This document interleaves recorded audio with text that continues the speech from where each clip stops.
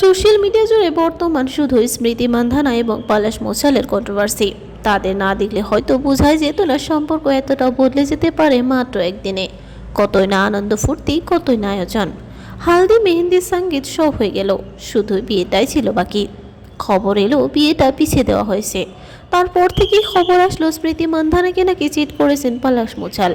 পলাশের মায়ের এবং বোনের কাছ থেকেও ক্লিয়ারিফিকেশন এসেছিল। এদিকে পলাশও নাকি অসুস্থ হয়ে হসপিটালে এডমিট হয়ে যায়।